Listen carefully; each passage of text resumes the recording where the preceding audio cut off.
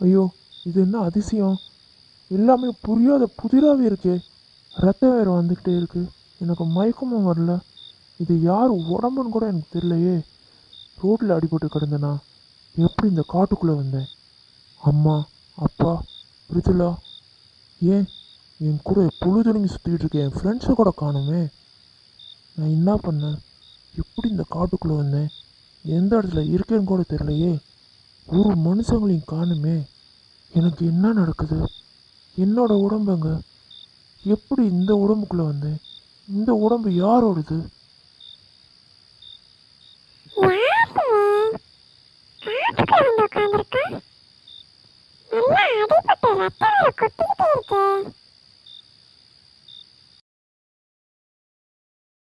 என்னம்மா தலையில கைய வச்சு உட்காந்துருக்க?